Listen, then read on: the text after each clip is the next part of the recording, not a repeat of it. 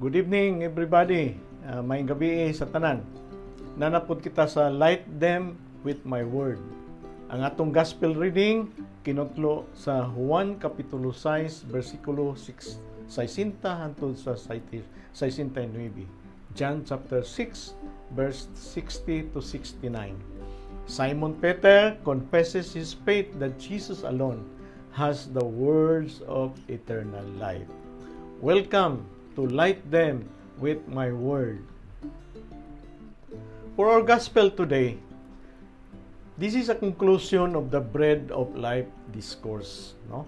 Sa chapter 6 kang Juan nga ebanghelyo. The preceding verses atong nabati nga ang liturhiya sa pila ka semana, no? Si Jesus nag-explicar siya kung unsa magyud ni ang bread of life, no? Ang pan sa kinabuhi. Katong nagtuo kaniya na ay kinabuhing dayon. So kanini ang discourse follows the miracle of the feeding of more than 5,000 people with only 5 barley loaves and 2 fish.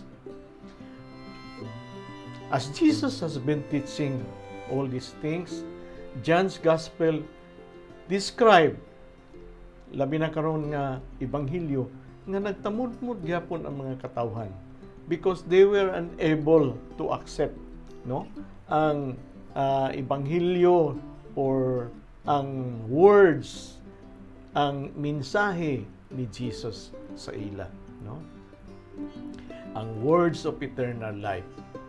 So sa gospel, mabasa nato sa verse 60 to 61, many of the disciples, when they heard it, said, "This is a hard saying. Who can listen to it?" But Jesus, knowing in himself that his disciples murmured at it, said to them, "Do you take offense as this?" No?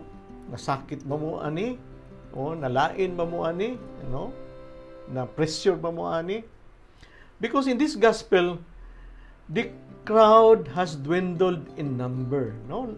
Kani mga crowd mora magin siya katong 5,000 kapin nga gasunod-sunod niya. So meaning naghinay-hinay og ka wala, no? The gospel first records the response of those in the crowd who are described as Jesus' disciples. So meaning uban-ubay gani sila. Makita gani katong gasunod-sunod nga medyo dugay-dugay na gyud mo ni ang disipulo sa Ginoo. Just as the larger crowd has struggled with the teaching of Jesus.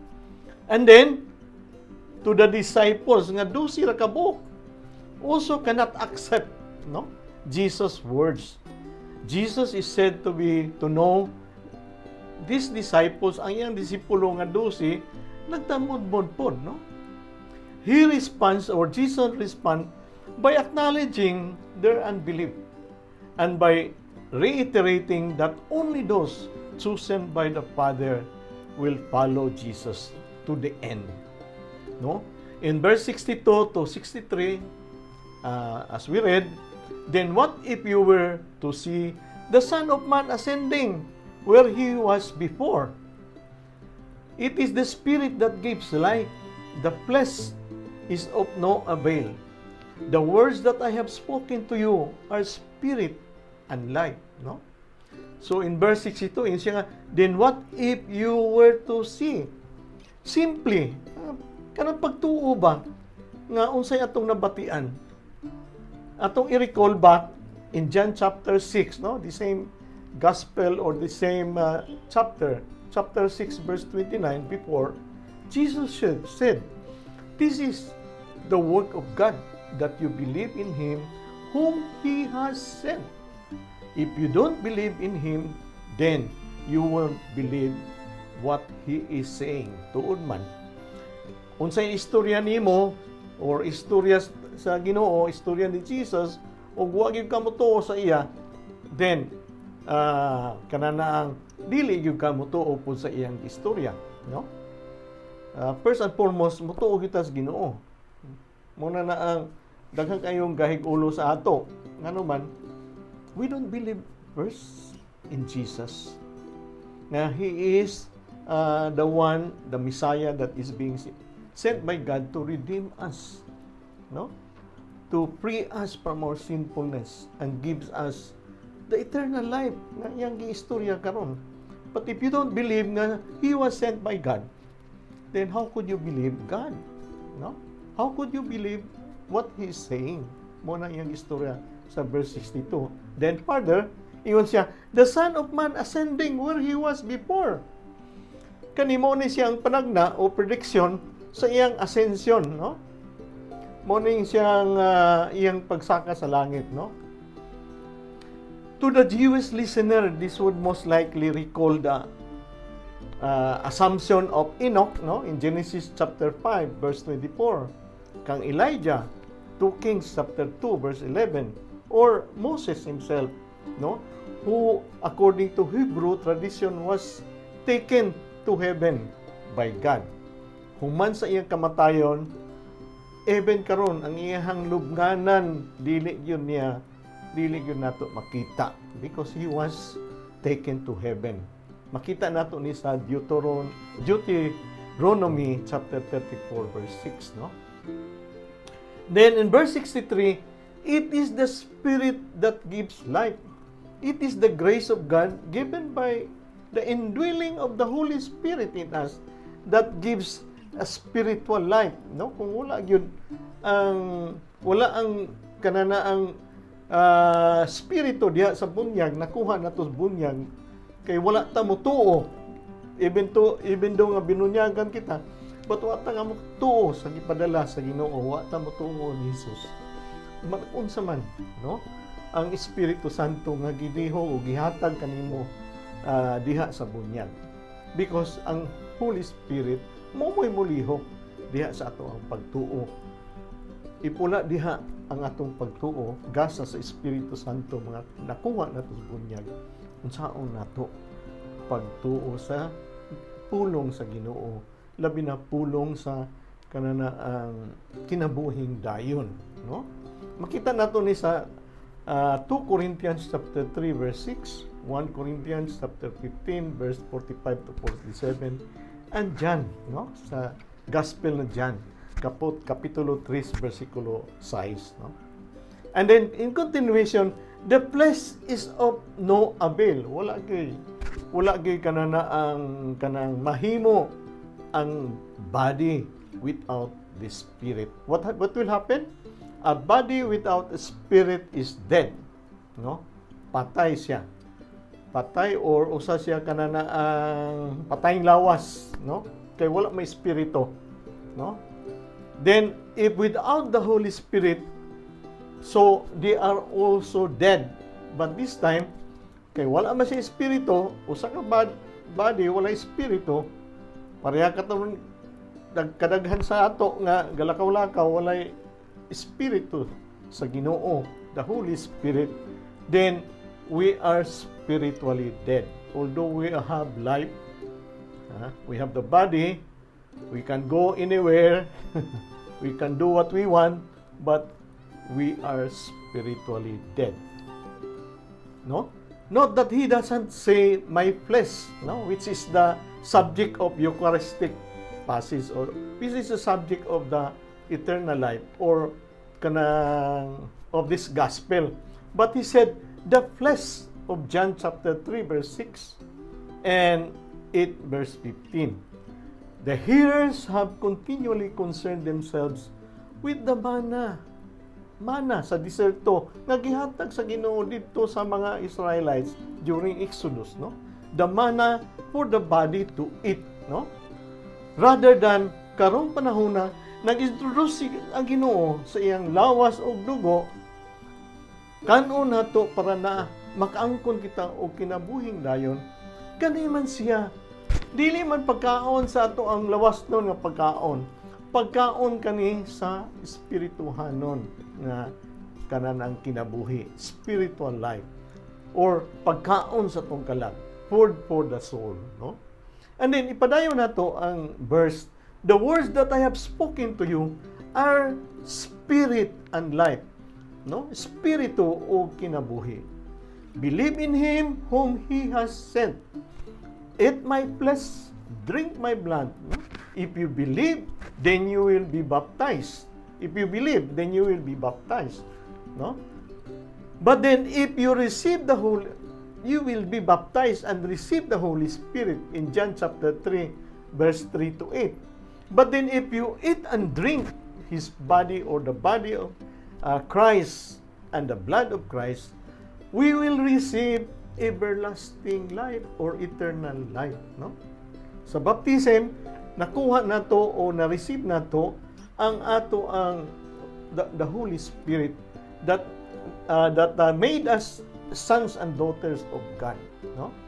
Because we believe Jesus as the Redeemer, as the Messiah, no? So we were able to receive the Holy Spirit.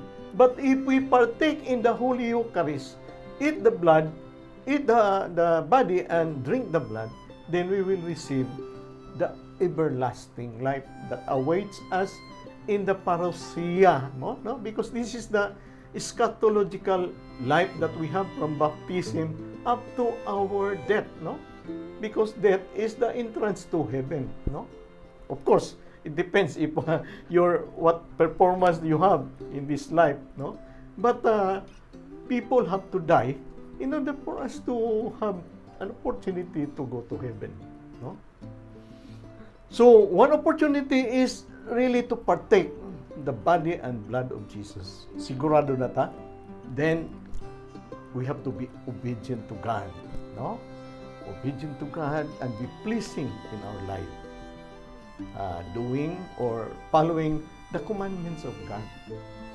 To love God and serve, and to love our neighbor and serve. Dili ko yung love and neighbors lang and wa ka mong serbisyo, no? So, Jesus is alive. His flesh and blood are not separate or a sign of death. Both are present in the Eucharist.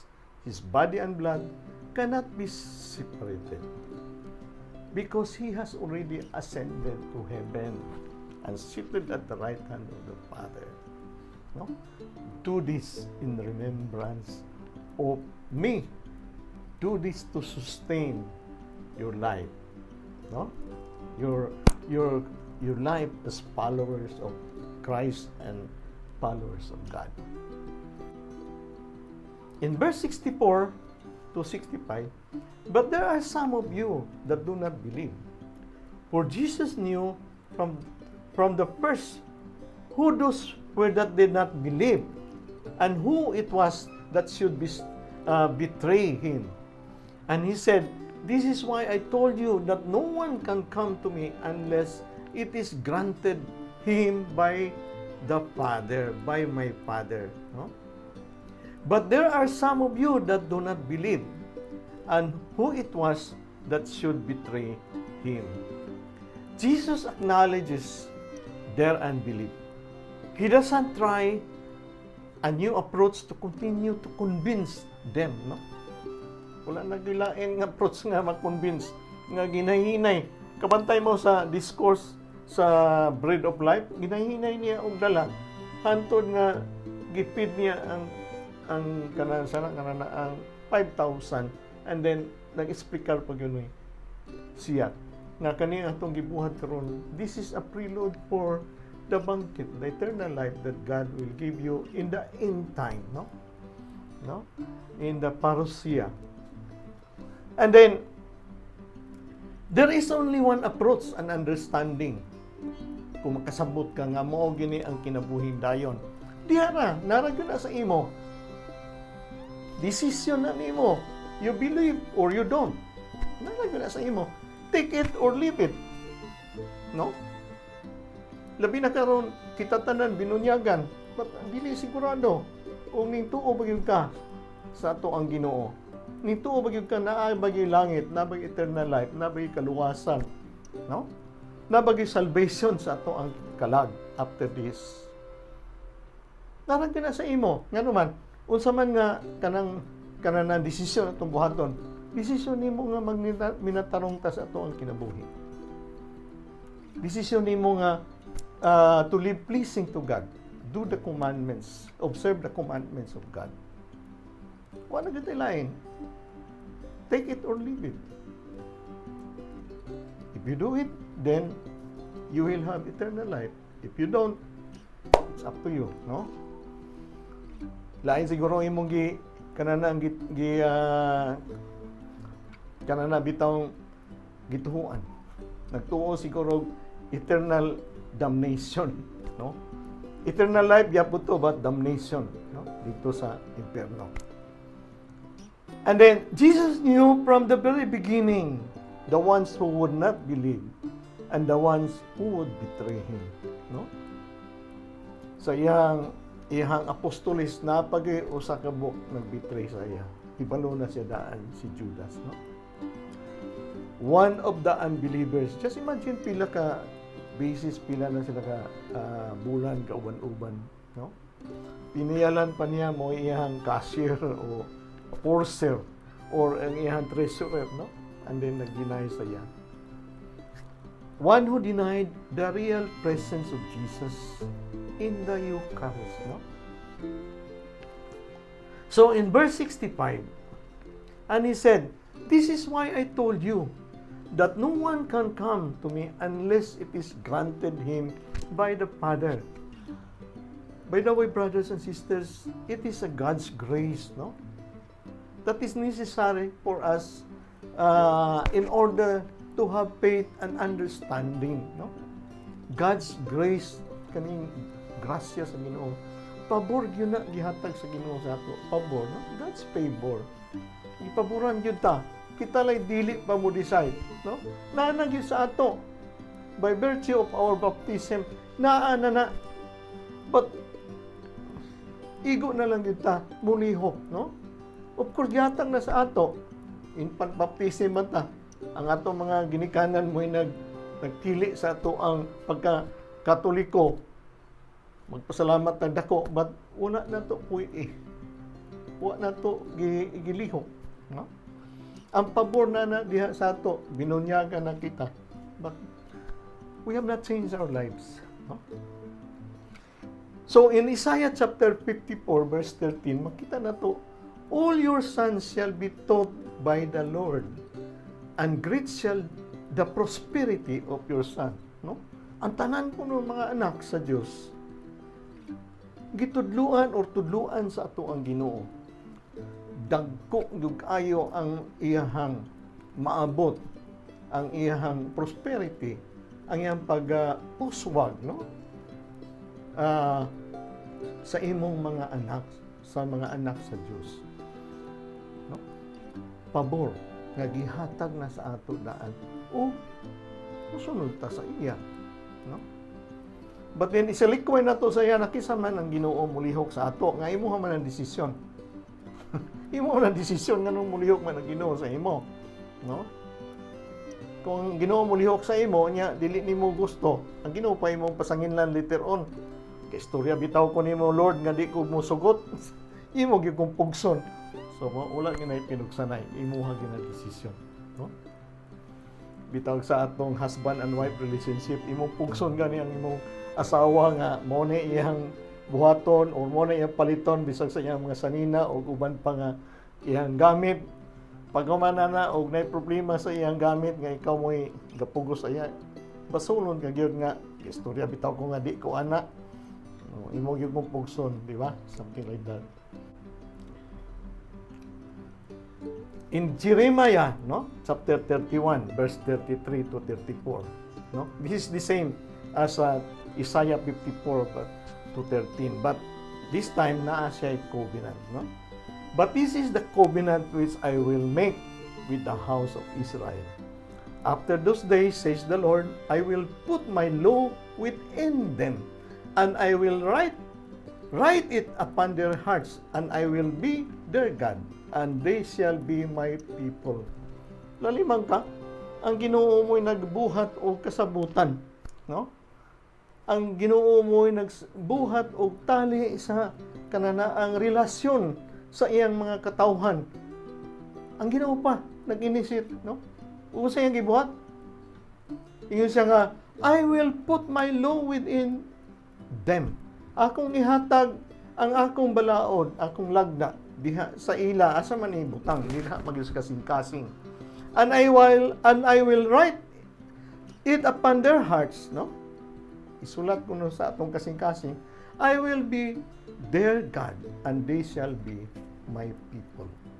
And no longer shall each man teach his neighbor and each his brother, saying, Know the Lord, for they shall all know me, from the least of them to the greatest, says the Lord.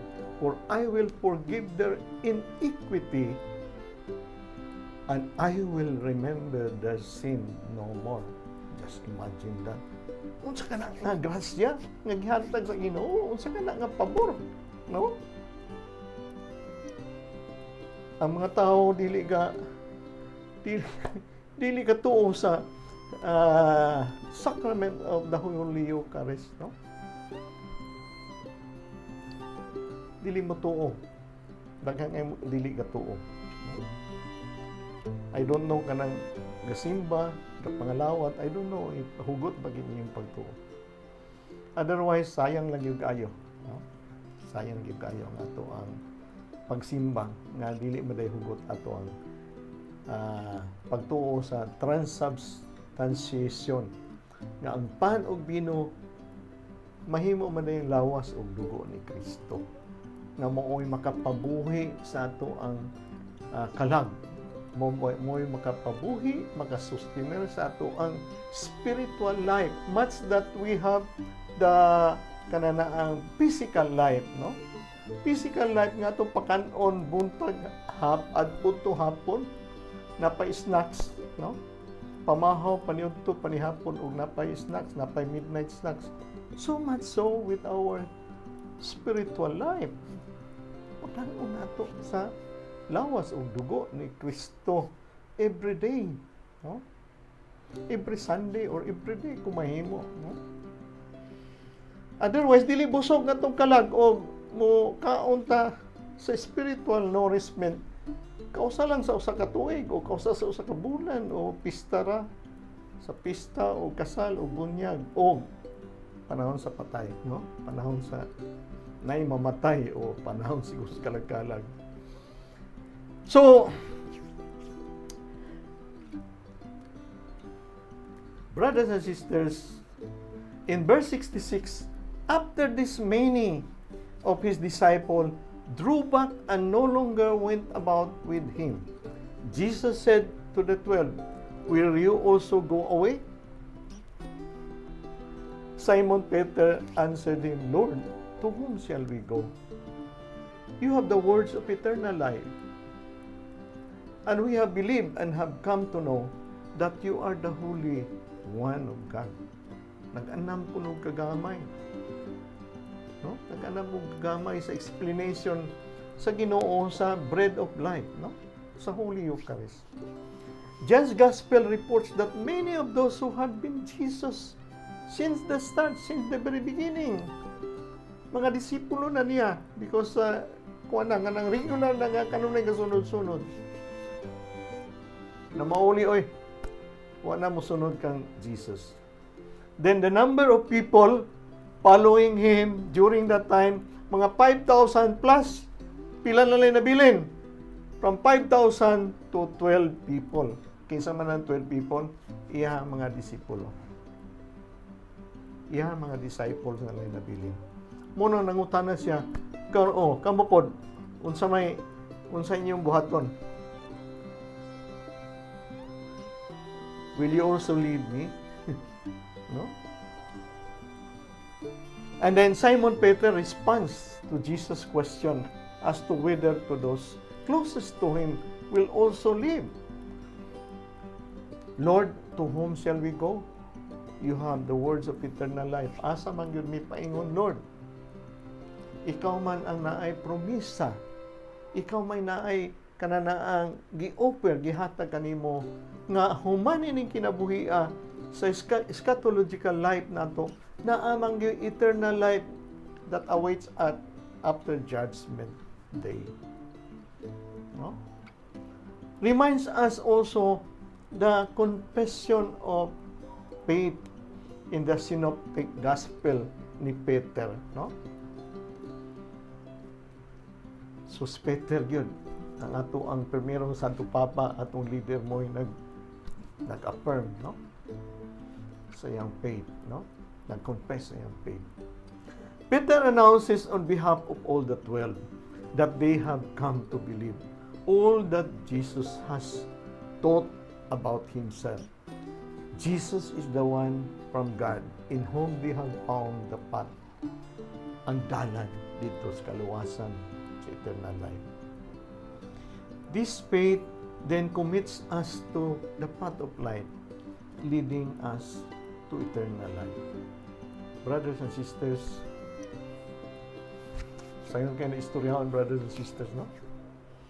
Kanana ang kinanglan yun ni nato ni kanunay nato ni batbaton kanunay nato balik-balik, no? Pareha bitaw sa lansang bitaw kanunay nimo tuktukon hangtod man gyud na mudulot ulo na lay mabilin. Kun dili nimo tuktukon ang lansang kausaran nimo gi hapakan og martilyo, dili gyud na siya mudulot o kanang laom, no? Muna diri sa ato ang pagtuo mo matingala mo nga magbalik-balik magyapon ang Advent, ang Christmas, ang Lent. Magbalik-balik man nagyapon tayo ni sa ato ang cycle ABC, balik-balik lang kita ang season sa simbahan, balik-balik ang mga reading, balik-balik. Because the next time around, laom na ato ang pagsabot, laom na ato ang pagpractice, no? Pagsunod. O man padaghan po ang nagsunod nato nga to mga kabataan, mga batanon, no? Hinapunta nga kita po mutubo, no? Para sa ako naputi na ang buhok. Ngunta makapasa po ta sa ila.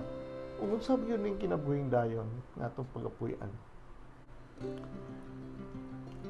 Today, after 3 consecutive Sundays theme of Jesus Christ as the bread of life, here the gospel that I presented asks us to make a choice to believe in Jesus and accept His teaching, the bread of life, the Eucharist, His life and His church, or go our own way.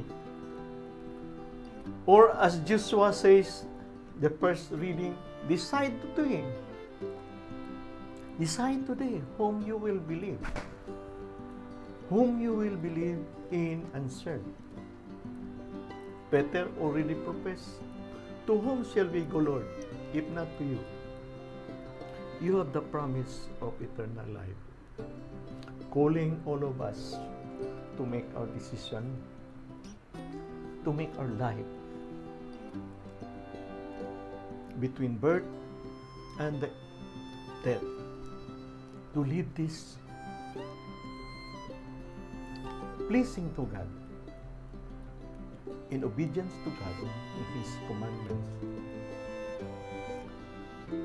and awaits the promise of eternal life. Thank you very much, brothers and sisters. Naigsuon, salamat kayo ug may gabi sa tanan. Light them with my words. Sama sa nandan sa sunod na pud semana. Sunod na pud nga semana nga Ebanghelyo. Sa ngalan sa Amahan, sana sa Espiritu Santo. Amen. Para makapadayon kita sa atoang ginabuhat, nagsangyaw sa may balita, ayog kalimot pod o like or subscribe sa atoang light them with my word, our Bible study. Thank you and good evening.